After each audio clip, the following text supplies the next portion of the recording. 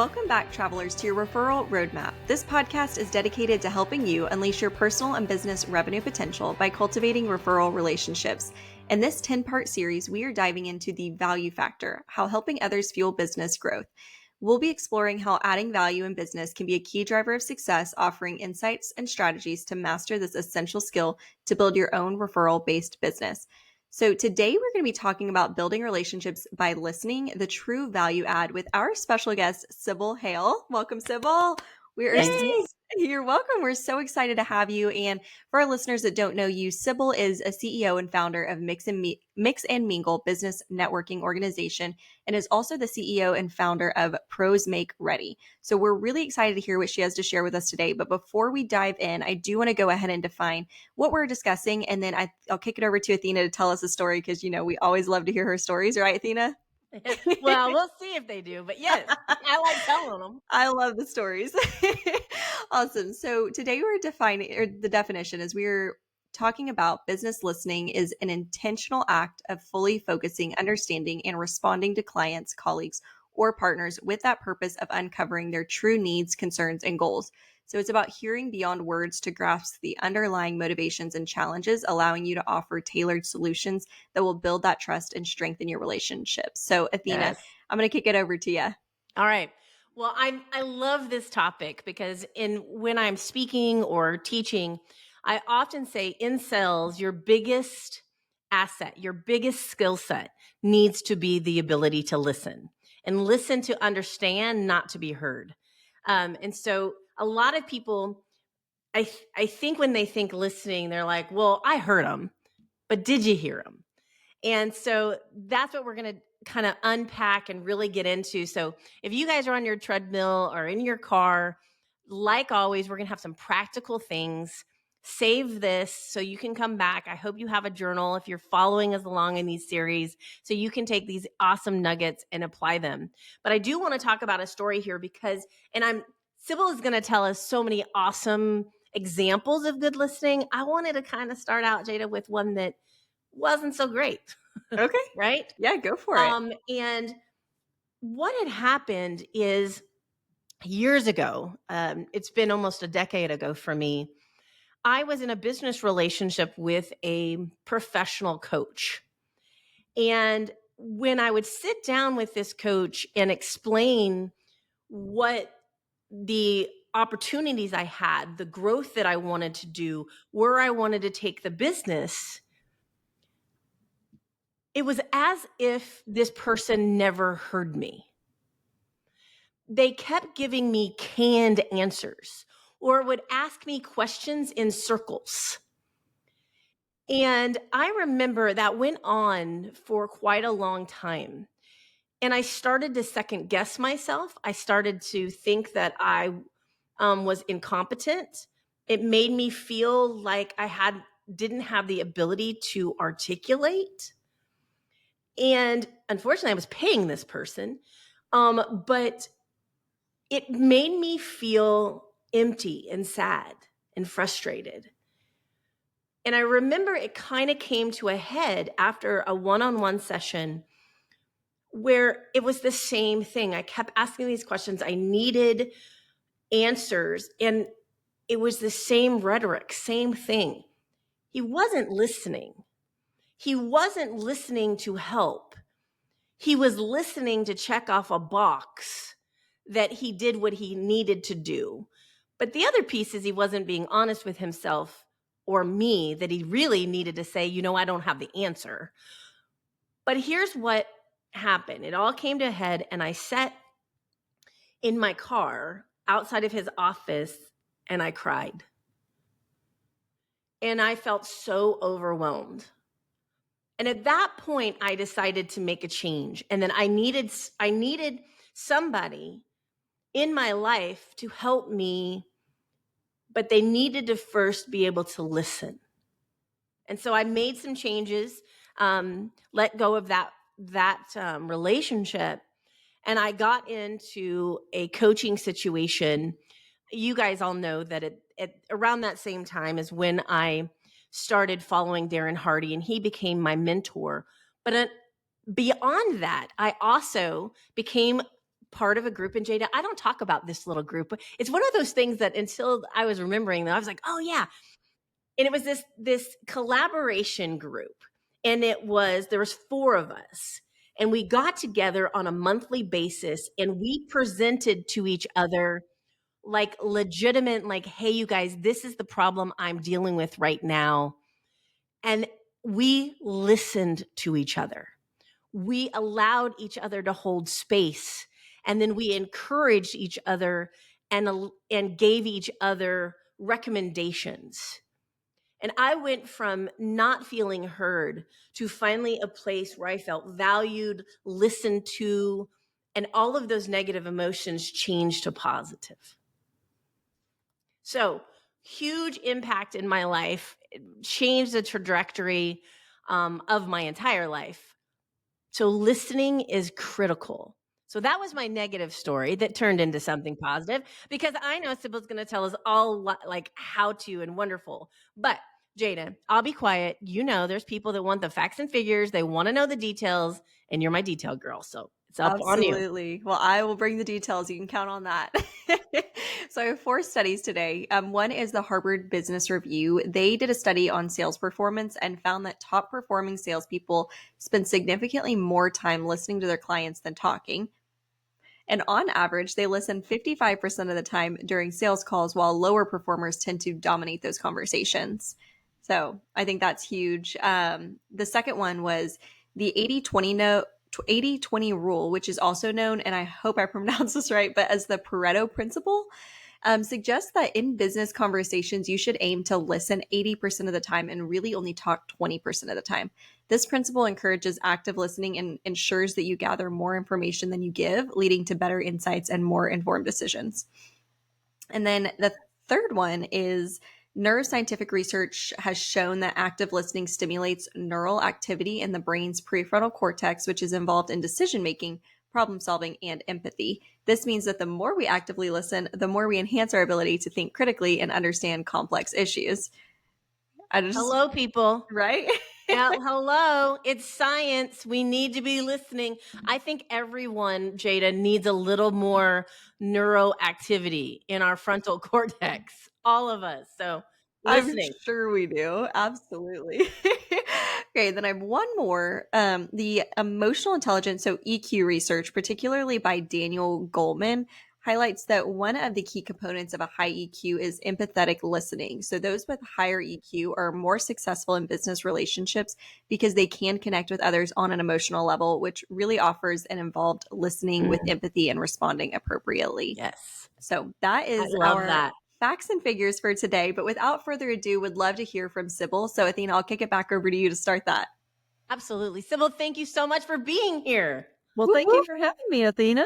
I'm so excited. So, hey, you guys, I just have to tell you, Sybil and I are in the same area, and she's a networking goddess, if you will, expert around here. And so we've had the opportunity of being in the same vicinity and knowing a lot of the same people. But here's something I put on social media and asked everybody on social media, tell me somebody that you think is like an example of a great listener. Sybil, I was shocked how few people had people. Like there was so few that were like, oh my gosh, this person is a great listener. There was very few, but you were one. And once somebody said it was you, then other people chimed in. So I love this because you were selected for this because people nominated you.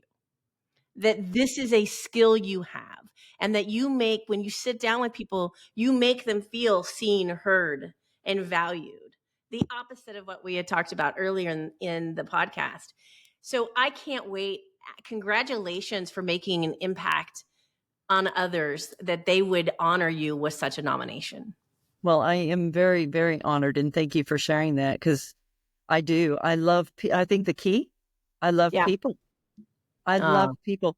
I tell people all the time, I sit down and have one-to-ones all the time for the purpose of I want to know that person. And what it does for me is helps me have a better understanding of who you are, why you're the person you are, why do you act the way you do, and it helps me have grace. and it grows me. And I love that. And I'm there to help any way I can at the same time. So I'm going to start out. When did you first realize the power of listening for your career or your life? Is there something that happened? Were you born that way? I think I was born that way. I'm one of 6 children. I'm the second to the oldest. I was kind of the black sheep of the family. I don't know. I've just always valued people over everything else. And I think that's one of the biggest keys. You have to like people and you have to value what they say. And I've always been a listener. So if you were born listening, most of us listening right now are not born listeners. So that's great. But is there a specific moment that you realized that this gift that you have, this love for people, that you could use it to empower others or impact your career? I probably noticed it more when I finally started networking. Okay. That was probably about 15 years ago. I got invited to a networking group, learned more about having one-to-ones and stuff like that. But just listening to the people in the room, I started a business back in 93, right? And so as time went, people always ask me, hey, who do you know that does this? Who do you know that does that? Just because they know when you do something like that, you make a lot of connections. So when I started networking, I actually really got to know people more depth. And it was just one of those things. People seen the value in it. I seen the value in it. People will tell you about anything when you're genuinely interested in them. And that's what I am. I want to know you. I really want to know you. I want to know why you tick, how you tick, and really, how can I help you? Do you think that is common, or do you find, and I know I'm not trying to make you be braggadocious about yourself, but I need you to be braggadocious about yourself. I need you to be bold here. Do you think that you're an exception, or do you think most people in networking events go in it with the same attitude that you do? No. Okay. No. I am an exception to the rule. There's a few other people. I mean, I've been networking now for the last 10 years very seriously. And no, most people listen to give an answer. And then when they're ready to give the answer, they shut down. They don't hear any more you said. They're just like, hurry up and finish what you're saying, but no, a lot of people are not this way. It is a gift. Why do you think that is? Why do you think we would say, I mean, I know you're the CEO of a networking event company on top of your other day job, right? Why do you think people are struggling with understanding the value? They're going to this networking event. Why are they struggling to listen? I really don't know that answer. I really don't know why. I'm right now baffled.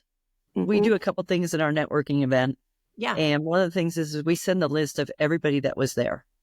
And that opportunity is to sit down and have those one-to-ones to really connect, get to know, like, and trust who they are, what they do, how can we help each other.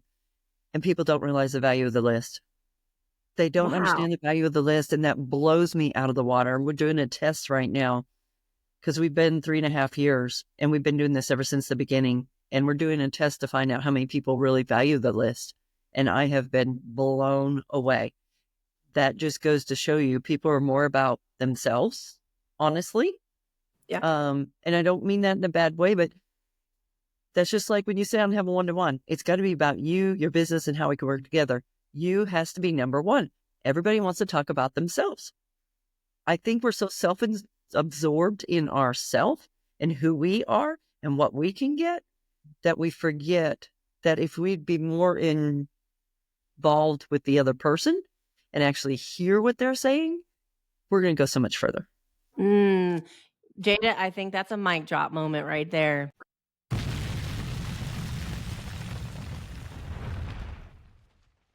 Right? Mic drop moment. You just heard her. If we make it about the other person, then it's life-changing, right? Yes. That's where the impact is. Yes. And wow, thank you for that. And let me ask you, I know if we could go out and solve that problem and help people have the self-awareness that if they make it about other people, that it could actually literally help their bottom line. And don't you think enrich their life too? Most certainly, yes, in every aspect of their life. Think about this, and I know you see this all the time too. You go to a restaurant, what do you see happening? Parents are on their phone, kids are on their phone. Or if you look at the younger children, parents are on the phone, the little ones aren't because they don't have a phone, but the parents aren't even interacting with them. I mean, that is the saddest thing ever. These little people are watching our parents, their parents. That's how they learn. That's how they learn how to interact. And they're not learning how to interact because mom and dad aren't interacting with them. That, that concerns me. And it concerns me. I'm with you. We're going to be arm in arm in agreement with this, because in the business world, if we do not have the ability to network and listen, we will not achieve success. We will not achieve our potential. I always say, and Sybil, let me know if you agree with this, the absolute best salespeople are the salespeople that not only listen to the words, but the salesperson who can listen through the tonality and body language to hear the questions or concerns not said. Agree? Yes, agree 100%. Well, if we don't start developing that, so let me ask you this. I mean, so you're considered an expert at listening, and you obviously have the heart for it. But how do you develop your skill? Do you refine it, or how would you tell the audience if they're like, you know what, I'm one of those people, I communicate better by my phone? What advice would you give them to develop their listening skills? Number one, pay attention. Just pay attention. It's just like when you reach out to somebody and they text you back or something like that, and you're like, how are you? And they say, okay. A lot of people just blow that off and move on. Me, I back up. I'm like, wait, you're okay? What do you mean you're okay? Or I'll pick up the phone and call them. Things that they say that, a lot of times we just overlook them and we don't think anything about it because we got our mind on what we're doing, not what's going on at the time. And I mean, what a difference that makes. Somebody might be ready to jump off a bridge, and you might just stop them because you heard the okay or something different in their voice. It's just truly listening. When you talk to somebody, why are you talking to them? Do you want to hear what they got to say? Or are you just wanting to get what you want? There you go. She said it again. Make it about them. Yeah. All right. So is there a specific, because we're really, I want the audience to understand what's in it for them here. Do you have an example in business where your ability to be an effective listener has made an impact on your business? Yes. Like I said, the one-to-ones. When I sit down, and when I say one-to-ones, a lot of people, if you're not in the networking world, you really don't know, what do you mean a one-to-one? That's when you sit down and have a coffee date, or you do lunch or something to that effect, where you have undivided attention with somebody for a little bit of time. I ask certain specific questions. So first I start out, I want to know who you are. Where do you come from? Are you born and raised here? Tell me a little bit about your family, married, that sort of thing. I make notes. I make notes every time that I sit down with people because I do a lot of these and I cannot keep track.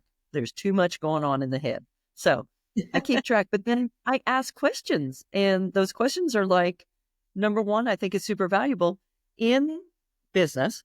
So let's say you're talking to a financial advisor or anybody.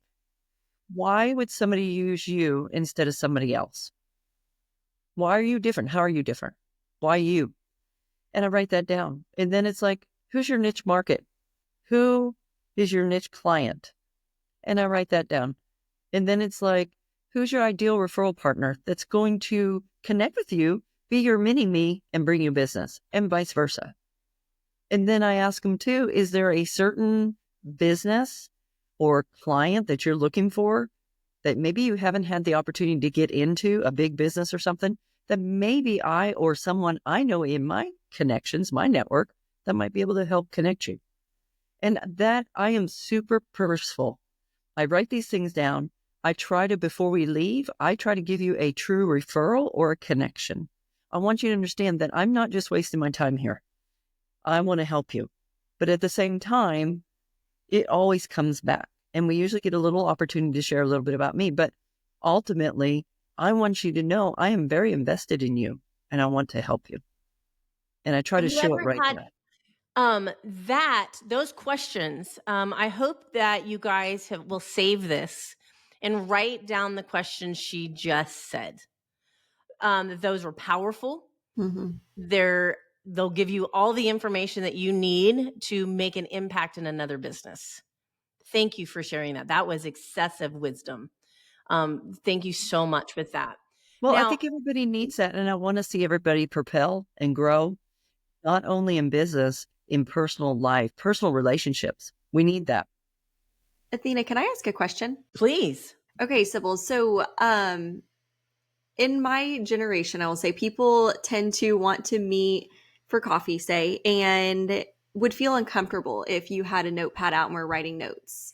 I think that is just a my generation thing. What advice would you give to someone to say, like, that's not an uncomfortable thing to do? And how do you make someone feel comfortable whenever you're sitting down for that one-on-one with them, whenever you want to take notes so that you are intentional and can be a good referral source for them in the future? Well, I guess I can play on the older card. My memory's not as sharp as it once was, and so I have to make notes. So if you don't mind me making notes, because I truly want to help you. And if I don't make notes, I'm going to get you mixed up with everybody else that I'm going to be talking to. I really, honestly, Jada, nobody has said, I feel uncomfortable about you making notes. Now, I've had people say, well, this feels like an interview. And I'm like, yep, I'm interviewing you. Come on, let's go. I am interviewing you. Because I really want to help. And so the only Yeah. way that I'm going to be able to do that is make notes. And that makes total sense. And I think that it takes the pressure off too. It lets them know I've got a lot on my plate just like you do. And my mind's not quite as sharp as yours is probably. And so it's going to be better for me to do it this way.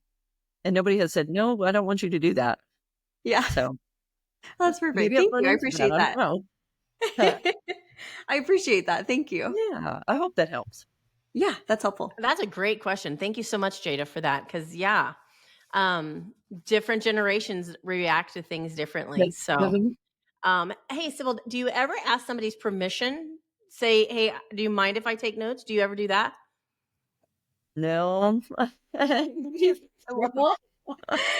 like, this is happening. I sit down, I have a blank piece of paper in my notebook, I put their name on there, and no, nobody really, I have not had that problem. So that's amazing. In the future, I may run into that. And so this is helpful to help me know how to address that, right? But yeah, I just love it. I have done both. I've taken notes, but I always ask permission. I've never had somebody tell me I couldn't. But I don't always do it. I don't always take notes, but when I do, I've asked permission. I don't even know, but I love you're like, no, I'm just telling them, like, you matter so much. I'm going to take notes. I love really that. Do. Yeah. I love that. Hey, you matter. So I'm going to take some notes. So the people who are listening and they're like, okay, this sounds great for you, Sybil, but this is really hard for me. Do you have any techniques or any words of advice you could give them to how to start developing listening skills? If you all ask open-ended questions of people, maybe, what's the best thing that's happened to you this week?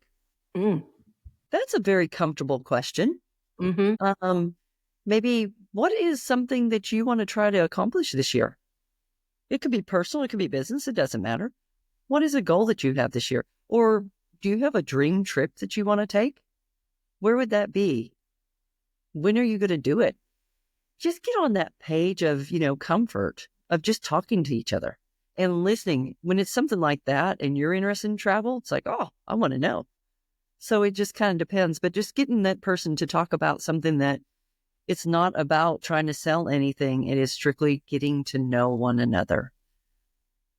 If you do something with that person, let's say you guys play ball and you've never really sat down, then asking something about the game, whatever it is that you guys are both interested in, possibly. Yeah, I love that. So just what you're saying, let me make sure I'm listening to you well. What I hear you saying is that sit down and get to know them before you start asking the business questions. Yes, All 100%. right. Yes. Okay.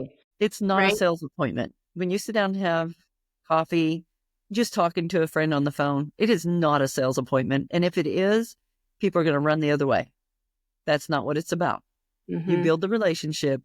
With relationship comes business, if that's what you're shooting for. If not, you could be friends, like best friends forever. Who knows?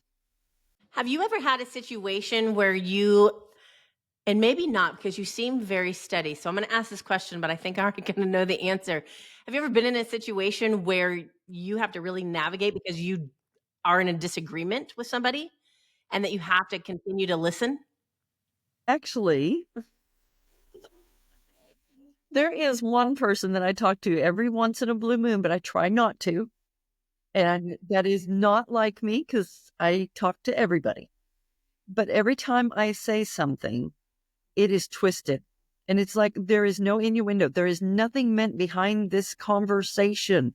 This is just a conversation. And I do not choose to do a lot of that conversation with that person because I can't say the right thing and I'm never meaning anything. So it's better to kind of bail out of that and be like, Yeah. this isn't a fit. You're like, no. Yeah, I use a phrase called I bless and release those people. Yes. I'm like, Yes. I bless you to go talk to somebody else. I'm good. Or Right? bless their heart. Yes. Yeah, we're all Southern. So here we go. Bless your heart. Yeah. For sure. For sure. I don't know. That can get complicated. It is. am not, Sybil, I am not a natural listener. Really? I was not born a good listener. I'm an only child. And I am a child of a traumatic childhood. And I say why that makes you not a good listener because you learn survival. And part of survival is self-centeredness.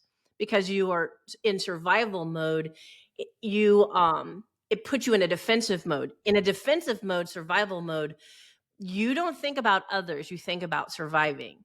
So I didn't become a good listener until I got therapy to take care of not needing to live in survival mode. And I think a lot of times in sales, when we are in survival mode, we need that commission. We enact that same thing where when you're in survival mode, you're not thinking about other people. You are in self-protection mode. And when you're in self-protection mode, you are not listening to understand, you're listening to protect.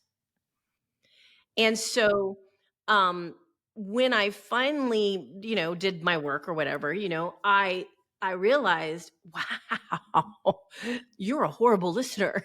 And so and unfortunately I had been a boss for over a decade by this point. So anyone who I managed in my 20s and early 30s, I owe you an apology. I'm so sorry.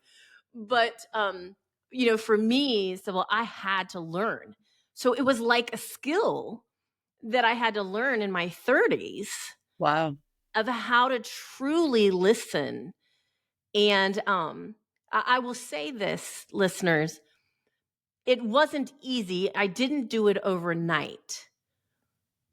But what Sybil said about having the right heart gives you that motivation, right? Yep. If you have the right heart, if you're really interested in other people. So I just wanted to say that. So if you're listening right now and you're like, well, I'm not good at it. Hey, I wasn't either. But I've become good at it because I chose to. You're a happier person, I feel like, when you can listen to people. I really do. Because when you're going in, like you said, you're on the offense, or defense. You're like, that guard's up. Sybil, tell me more about how being a good listener helps you have a better life. Explain that to me a little bit more.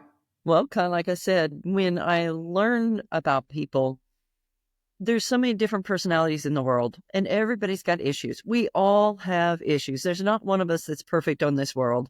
Mm-hmm. It just gives me that grace It really does. It gives me that grace. I mean, I have somebody in my life who is not that type of person, very judgmental, very pessimistic, blah, blah, blah.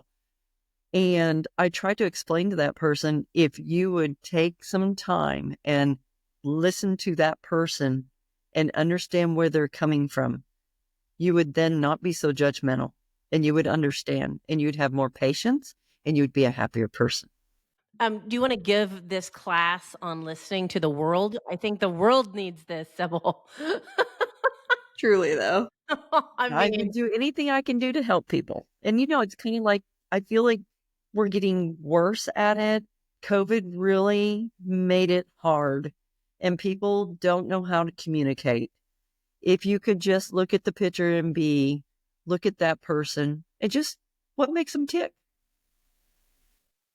Have you noticed, since you've been a listener, I would say, you would say your whole life, but as you matured in your abilities, any changes in your business relationships, or have you seen additional successes that you could pinpoint directly to listening? I would say yes, for sure. I have people that reach out all the time and ask me who would I recommend for starters. And it's not just from the connections of networking. It's they know I know people. I don't just know people. I know people. And I know that sounds funny, but you guys know what I'm saying. I hope the listeners understand that too. I know these people. I have relationship with these people. I have not used everybody in business. I can't do that, but I know them, and I know people that know them. So I genuinely feel like when I am asked something like a referral, I can give a good, true referral. Yeah. So I love this. I would equate to what you just said is there's one thing to have a billboard about your business.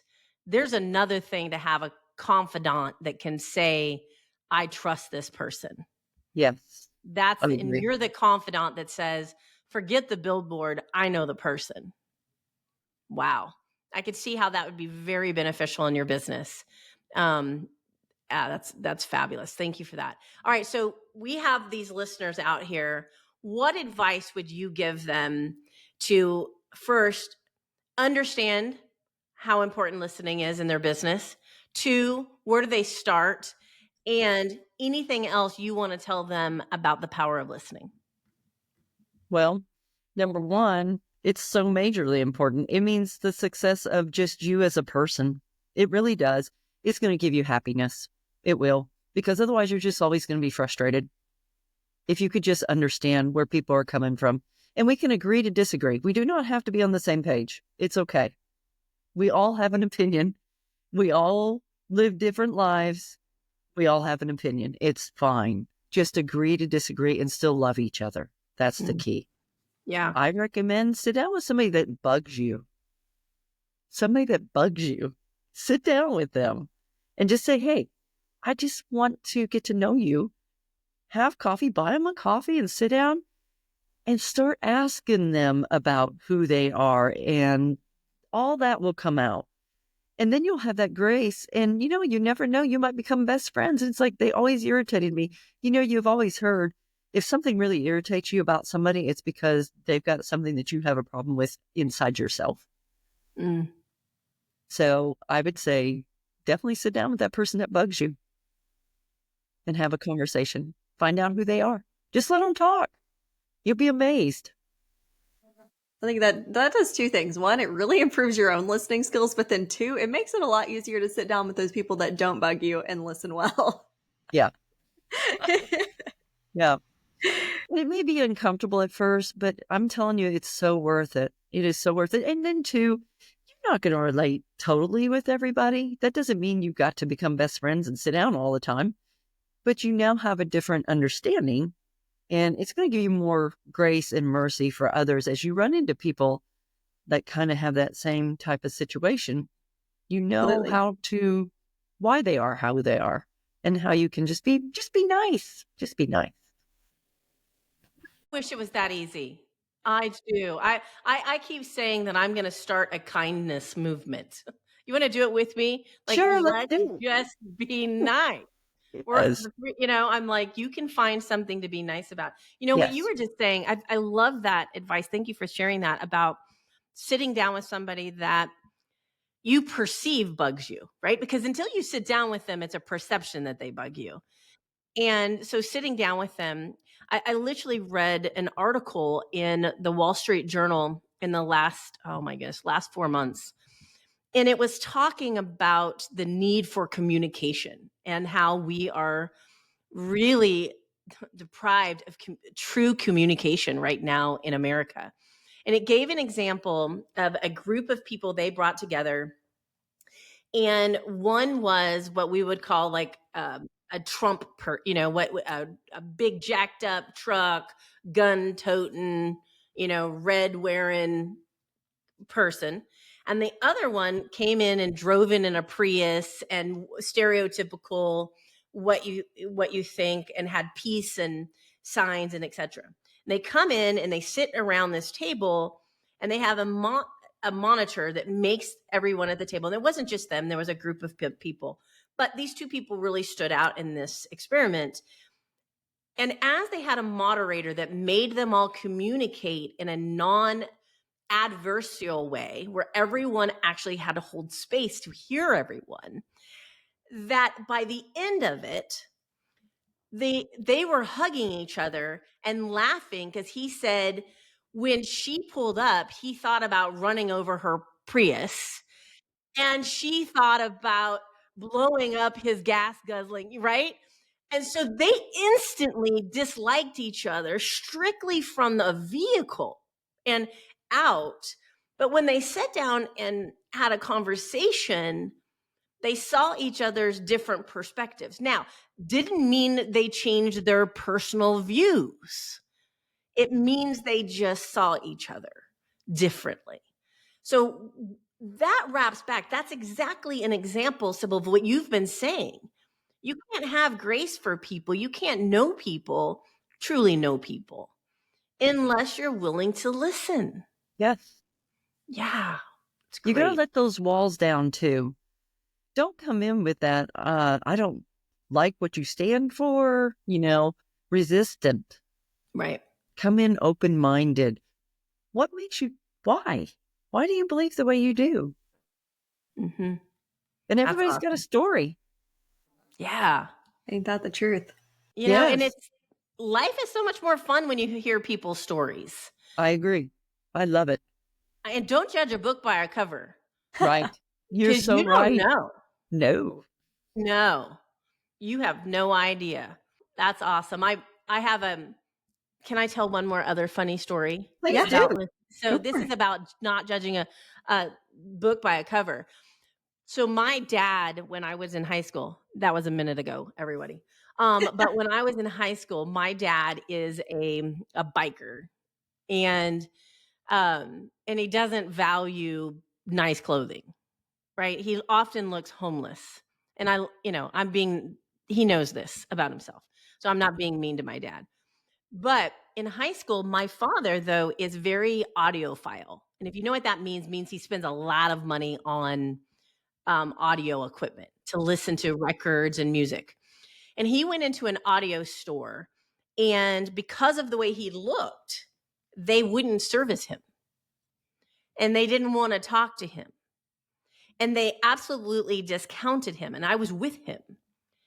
What they didn't realize, and this is a true story. Now, again, I'm in my 50s. This is when I was in high school.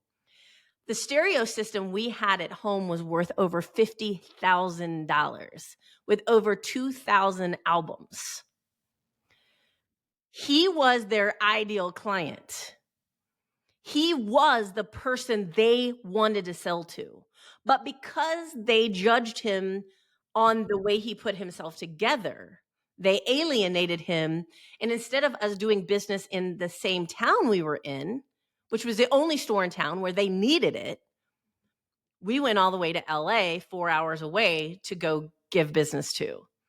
Right? So it's about, it's interesting is don't judge until you have a conversation. Had they listened to him, If they would have just listened to the questions he was asking, they would have known you don't ask those questions unless you understand what they're, you know what I mean? I mean, he was asking technical questions. They should have gotten it from that, but they weren't listening. Their judgment was so high that their ears were closed. Yeah. Right? Yeah. So we don't want to do that in business, right? So, gosh. Well, we don't want to do that, period, because you just don't know who you're talking to. I talk to everybody, and that's one of the things people are like, but you spent time with that person over there. And I'm like, I talk to everybody. I don't care who you are. I don't care what you look like. I'm going to talk to you because you got a story. You have a story. We all have a story, and everybody's got value. It doesn't matter how old you are, what you've been through. It could be the homeless man on the street. He's got some value somewhere in him that is valuable to all of us. It doesn't matter who you are or what you look like. I mean, you do want to put your best foot forward, but still, you know. Absolutely. Thank you so much for being here. I mean, this was a breath of fresh air. I hope you guys enjoyed this too. You can obviously see her heart just through her words. So I thank you so much for being here and sharing your wisdom with our listeners today. Thank you again so much for being here. Well, I feel very, very honored. Thank you so much. And thank you for the people that did point me out and elect me, I guess, to be on here with you guys. I really appreciate it. This has been a joy. And I hope people will actually utilize it, because let's make this world a better world. Let's really get to know one another. And you don't have to be best friends, but have that mercy and that grace for people. So thank you for sharing your stories too, Athena. They're awesome. You know, life is not easy. It's not easy, but it's up to us to make it better. Amen to that. Yeah. Hey, Jada, where do we go from here now?